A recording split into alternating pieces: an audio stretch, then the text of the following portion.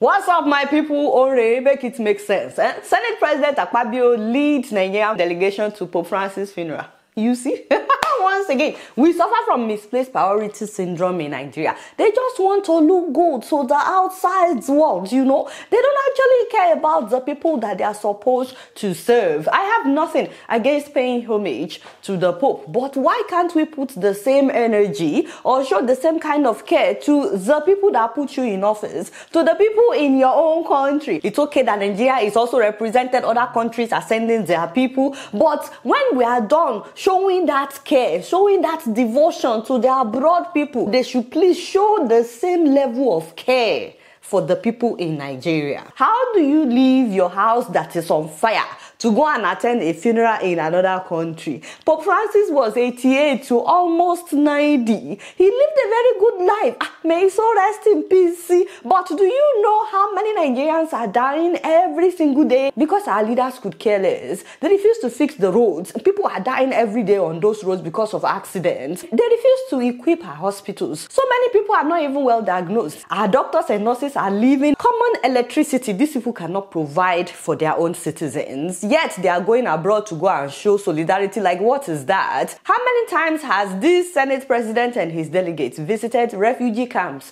in Benue, in Plateau, in Benue? It's even sad that we now have Nigerians living as refugees in their own country. Shebi, you and I know that herdsmen killed more than 100 people in Plateau State this month alone, just in the month of April. Where was this Senate President? Has he visited with his delegation? They were having mass burial for men, women, pregnant women and children, and not one of our senators or governors or ministers, not even the president or his vice, thought to go and visit those people. It's like you are on your own. But because the Pope died, to be at the funeral.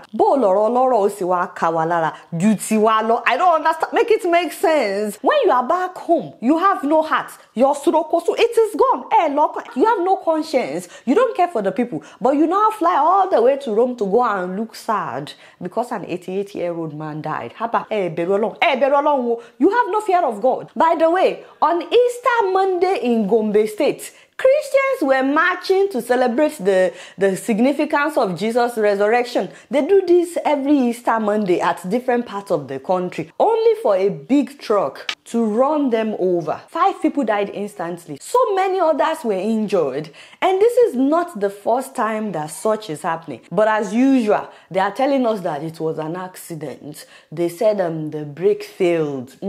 I'll let you guys watch the video of that accident. Don't worry, you won't see anything graphic. The camera person wasn't that close. All you will see is the truck going through and people running away. It's just because they are saying that it was an accident. I want you to see, does this look like an accident to you? Because first of all, I did not hear any horn. The driver did not even horn that I'm coming, yo, my brake has failed. No, there was no horn. So if the brake should fail, does that mean the horn has also failed? No, there was no horn. And these people were playing loud music. They didn't even know when the truck got behind them. Also, he didn't make any attempt to avoid the crowd, like to go by the side of the road. He drove right through them. So it's not graphic like I said, but it is still disturbing. I want you guys to see it.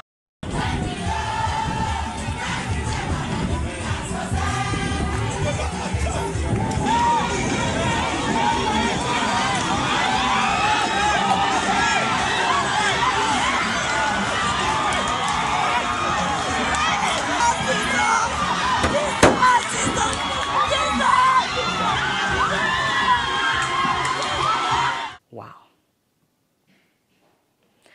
Just wow. This happened on Easter Monday, guys. The same day that the Pope died. These people are yet to see a high-power delegation visit them. But we went to Rome. Does this mean that the Pope's life is way more important than the young people that were killed that day? This is the third time that this is happening in Gombe. It happened during Easter in 2019. About 11 people were killed that day, most of them below the age of 15. And then during Christmas celebration in 2024, this last year, a car ran into the Christian procession as well. And once again, they said it was an accident. Thank God that no one died. The police said between 22 to 60 people were injured, but the church says it's way more than that. There was no justice. If people had been arrested and justice was served, they won't have the confidence to do this again. Our deepest condolences to those who lost their loved ones that day. And our heart goes out to those that were injured. I don't even know how to transition from that. It's so sad. How come the Senate President is yet to visit those people in Gombe? Another thing that is baffling me about them going to Rome is, how do you have sexual harassment allegations against you and you now go to the Vatican City to represent a country? Why are you not afraid? What am I saying? Some priests have also been accused of sexual harassment. But is there no more shame? Are your eyes not pushing you, uncle? But you never know. Maybe he went there to confess his sins as in Hilero. We don't need him to go all the way to Rome to do that anyways. Either way, I don't understand this drama that our leaders like to act abroad. If something happens now, the president will quickly tweet about something that happened in America or in Europe when they don't care about the people of their own country. Meanwhile, what is happening, my people? Why is everybody defecting to APC? The governor of Delta State, his deputy governor, his commissioners, all the members of its state assembly, in fact, the entire PDP structure in Delta State, including the former governor of Delta State, who was the PDP vice presidential candidate for Atiku in the last election, 2023. All of them are now standing on Alhaji's mandate.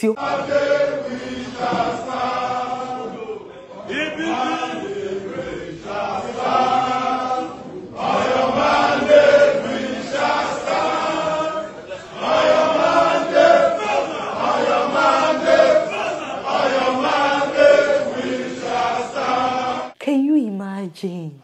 Obviously, these people did not get in office to serve the people. They are just there to secure their own interest by being on the president's good side, especially after what happened in Rivers State, Also, it's not a surprise that their former governor, Okowa, was picked up by EFCC like 5 months ago, November last year, as well as his accountant general over alleged 1.3 trillion naira fraud. So that means these people allegedly stole 1.3 trillion naira that they could have used to develop their state. They pocketed it, making sure that they leave their own people in poverty. And now they have decided, it's better to be on the president's good side. Because who in their right senses defect to APC at a time like this? When the common man is raining curses on APC, I'm sorry, praying for APC. Every day people wake up, they pray for Alhaji. They curse him out. Things have never been this bad. Everybody is upset with the past and present APC, Buhari, Tinubu, all of them together. You now have the people, the opposition that are supposed to be holding this government accountable, deciding to kukuma join the same government. So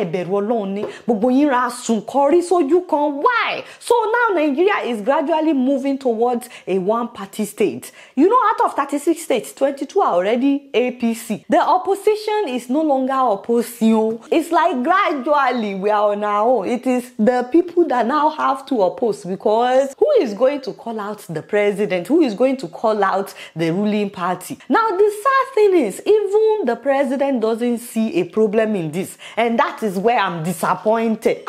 My father, how can you not have opposition? It is not healthy. Why am I bothering myself? He's probably happy about it. Knowing what Alhaji did in Lagos. Since the time he was governor of Lagos, he's practically been the one selecting every governor after that. Allegedly, no. Emma quotes me. Do not quote me. And if a governor is not doing well in Lagos, what happens? He removes him. AKA Uncle Ambode Boni. In fact, it's not just in Lagos. So when he was campaigning that time, saying remember that day, he publicly told the people in that hall that he was the one that put that one in office, and that's one. Can you imagine? You cannot do that too on a national level. Why am I even bothering myself? The people that you think that you are fighting for, on your mandate we shall stand you. They are the same ones standing on his mandate. What a shame, what a shame. Now speaking of shame, did I offend you guys?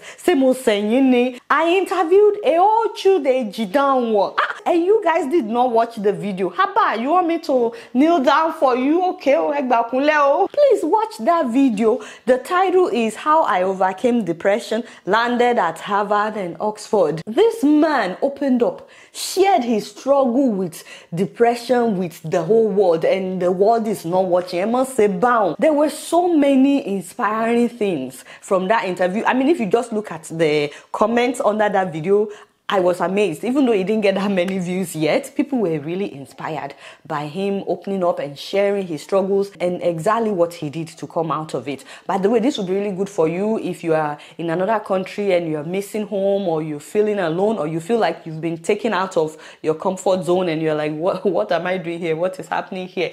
We don't want you to go into depression. Watch that video so you can know some of the steps that he took. Maybe it will work for you. Also, maybe you just had a baby and maybe you don't have enough help, or you don't have enough family around you. You are not getting enough sleep, and this baby will not stop crying. Your hair is falling off, and maybe you are having postpartum depression. It happens. It happens to a lot of women. Watch this video. Maybe it would help, you know. Or maybe you lost a loved one and you've been wondering, how do I move on? This is too hard for me to deal with. You know, there are some people are dealing with a lot of things. And if you've been clinically diagnosed with depression, hopefully this would help. But you don't have to wait to experience depression before you watch this video, because knowledge is power. So the purpose of that interview is first and foremost to encourage someone out there and for him to share his struggles. And the second reason for that interview is to bring awareness about the talk show concert that he's doing this Sunday. The red carpet is starting 2 p.m. at the Palm Lekki, and the actual event is starting at 4 p.m. so you can still make it. You get to see all these big celebrities live. Chimamanda, Auntie Funke Akindele, Bovi, Auntie Kiki, Taoma, even Pastor Jerry Eze. You will get to know that what God cannot do does not exist. He will be interviewing all these people live, and I'm pretty sure he may take some questions from the audience. And it is only 20,000 naira to enter, unless you want the VIP ticket, which is 50,000. I am sponsoring 10 people and he's selecting them. I don't believe that they are done selecting. So if you are interested in going after watching the full interview, you put it in the comment section. His people would pick some people, so maybe you may still be lucky. I don't know. The link to that interview is right in my description, or you can just search for it on YouTube. All right, guys, I need some drum rolls, please. Ladies and gentlemen, please put your hands together as we celebrate my mother in Scotland. Yeah! Mommy Olufisola Olatofowomo, aka Honorable FCJ. Hey! Happy 50th birthday, Yami. More flows her first and foremost. Why are you looking so fine? It's okay. Take a deep breath. I know you are surprised. It is your staff members at your foundation in Nigeria that contacted us to give you a shout out. The FCJ Helping Hand Foundation in Abuja, Benue. They've been writing us since March, especially Auntie Farida, just to make sure that we do not forget your birthday. They've been saying so many great things about you and how much they love you, how much they appreciate you. They said you are kind-hearted, that you are gentle, you are accommodating. They said you have a large heart. In fact, they call you a crazy giver. And then they said she's a lover of people and a great soul. So on behalf of all your staff members, Mommy, happy birthday. Wishing you many more with all that your heart desires. And Mommy, please, do not forget to share your beauty secret. As in, and this your hairstyle, Koda. I'm tempted to cut my hair just to do this hairstyle. Then, it's a London beater. Oh, happy birthday, Jare. Alright, y'all, it's been real, and I'm keeping it right up in here. Don't forget to follow me on Facebook, Twitter, Instagram, and TikTok. Until next time, I'm gonna see you later. Peace out.